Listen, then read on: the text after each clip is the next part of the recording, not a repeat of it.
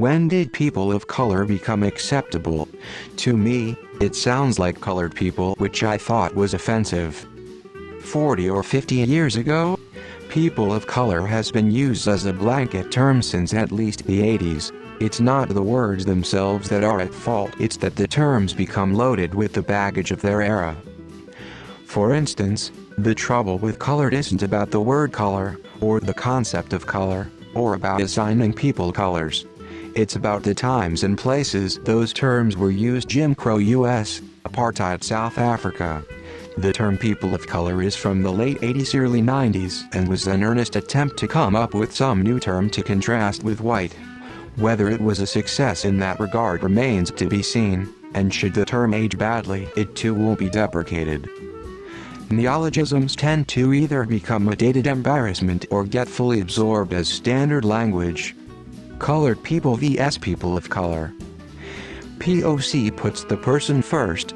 They aren't defined by the color of their skin. This applies to other areas, too, such as disabled people vs. people with disabilities. They're more than their disability, and so it's more appropriate to say, people with disabilities. It puts the person first, respects them as an individual rather than a classification. Every few years the proper term will be switched when people try to make things offensive that are not. There is nothing wrong with being black or calling someone black. To me, the most absurd politically correct name for black people is African American, because not all black people directly descend from Africa. Some come through the UK, Jamaica or Australia, for example. Euphemism treadmill. Search bar. This comes up at least once a month. Or just call me black. Black is okay, my fellow white people. I am not a POC or WOC. Euphemisms are a game of whack-a-mole because they're just masking a problem, not solving it.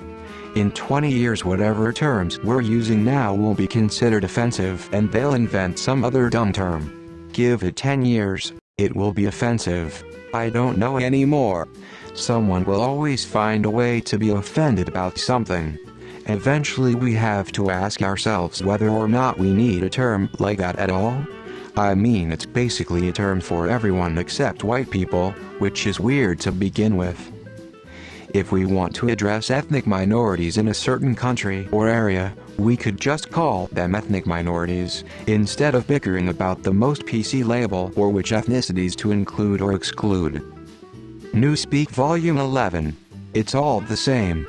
We go around and around in circles making euphemisms. Retard means to be held back. But calling someone a retard is offensive. It's all stupid. Maybe it's because not all people of color are colored. I'm a minority but I'm very light-skinned, so there are certain words that evolve rapidly due to people's emotions. Like retard was a nicer way to idiot, and intellectually disabled is a nicer way to say retard. Soon, we will have something else like unfinished brain person or something. It is a funny phrase when you think about it because of the lack of general statements for white people. Makes me think of achromatic. Makes me wonder what would happen if all BIPOC people on the planet started referring to whites as acolored or a person without color, which is the definition of achromatic without color. Would we take offense? I would find that hilarious as a white person, but that's just me. I'd rather be called a redskin than any of these terms. I really don't like how every generation or two of white PPL just decide that the terms for everyone else are offensive and change them. When I was born I was an American Indian, then the term was Native American and I never heard another Amerindian say it until like 2017 years, and suddenly it's indigenous and I'm just already so tired of it. I can only imagine how black PPL feel. White PPL actually remember they exist, so they must get a new designation every 2 weeks. It's all a performance of sensitivity for other white PPL. Longer, more accurate terms that are just so lacking in humanity. Really doing the heavy lifting for neo-Nazis on creating racial divides. I'd sooner give every person I meet a full explanation and history of what Kiowa means than ever say I'm indigenous, and I already hate whatever term Gen Alpha is gonna come up with when they decide millennials didn't do well enough at creating the most robotic, lifeless, corporate version of the English language. I'm American. Don't call me indigenous, just call me American, or I'll pray for you to go bankrupt every night when I go to sleep.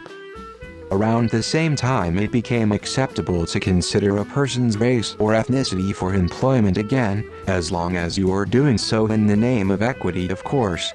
You are pointing out a flaw in the day, SJW, woke, whatever you want to call the movement, in the name of promoting racial, ethnic, and other forms of social equity. The movement focuses heavily on categorizing people by their identifying characteristics, rather than promoting a message of kindness and compassion to your fellow humans, treating them as unique individuals equally deserving of respect.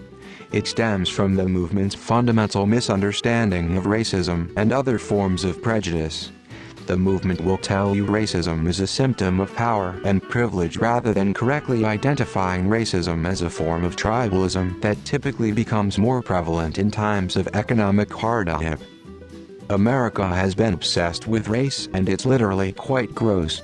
I saw less racism in the 80s and 90s. All it is are young, mostly white, college-educated, indoctrinated kids who spend their time with their teachers, changing words that they claim offend other people, like pushing name changes for sports teams with American Indian names because, in their minds, it offends Indians. But go to a res and the young kids are wearing Indians, Braves, Chiefs and Redskins gear. Edit, spelling.